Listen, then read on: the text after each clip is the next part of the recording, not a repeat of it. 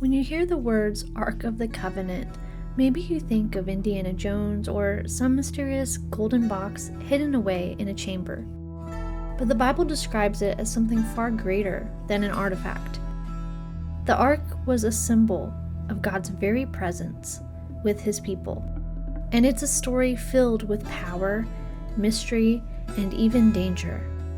So let's walk through what we actually know about the Ark, what was inside, and why it mattered, and what it means for us today.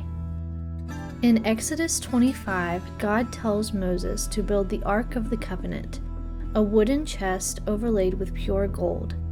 It had a gold cover called the mercy seat, with 2 golden cherubim whose wings stretched toward each other. The Ark wasn't just sacred furniture, it was the throne of God on earth, the place where His presence dwelled among His people. Inside were 3 things the writer of Hebrews mentions: the stone tablets of the 10 Commandments, a jar of manna, and Aaron's staff that had miraculously budded. Each one told Israel's story, God's law, God's provision, and God's chosen priesthood. It was a box full of testimony. The Ark wasn't magical, it was holy. Wherever it went, it demonstrated God's power. When Israel carried it into the Jordan River, the waters stopped flowing. When they marched around Jericho with it, the walls fell down. But it wasn't to be treated casually. In 1 Samuel 6, men of Beth Shemesh looked inside the Ark and were struck down. Later, when Uzzah reached out to study it, he died instantly. The Ark was sacred, untouchable, because it represented the holy presence of God. You didn't mess with it. So, where is it today? Here's the mystery. The Ark traveled with Israel for centuries, through the wilderness, into the temple built by Solomon, but when Babylon invaded Jerusalem in 586 BC, the Ark disappears from the biblical record. Some believe it was hidden under the Temple Mount.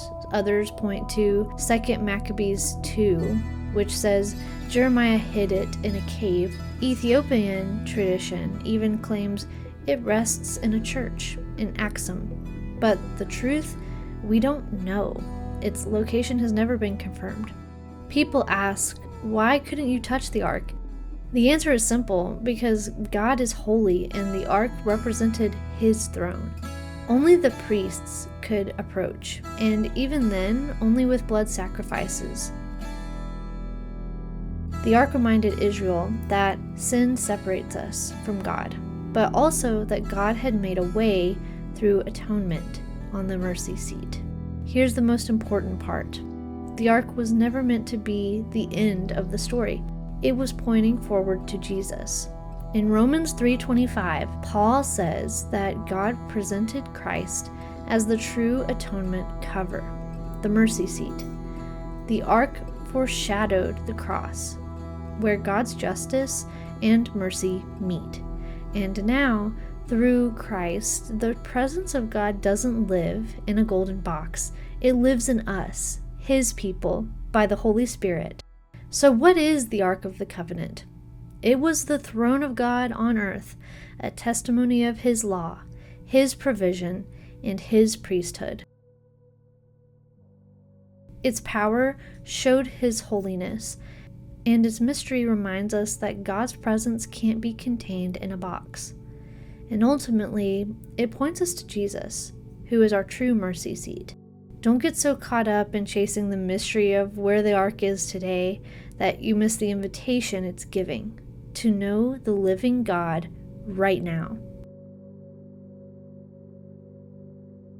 God's instructions for the Ark. Exodus 25 verses 10 through 22. They shall make an ark of acacia wood. 2 cubits and a half shall be its length, a cubit and a half its breadth, and a cubit and a half its height.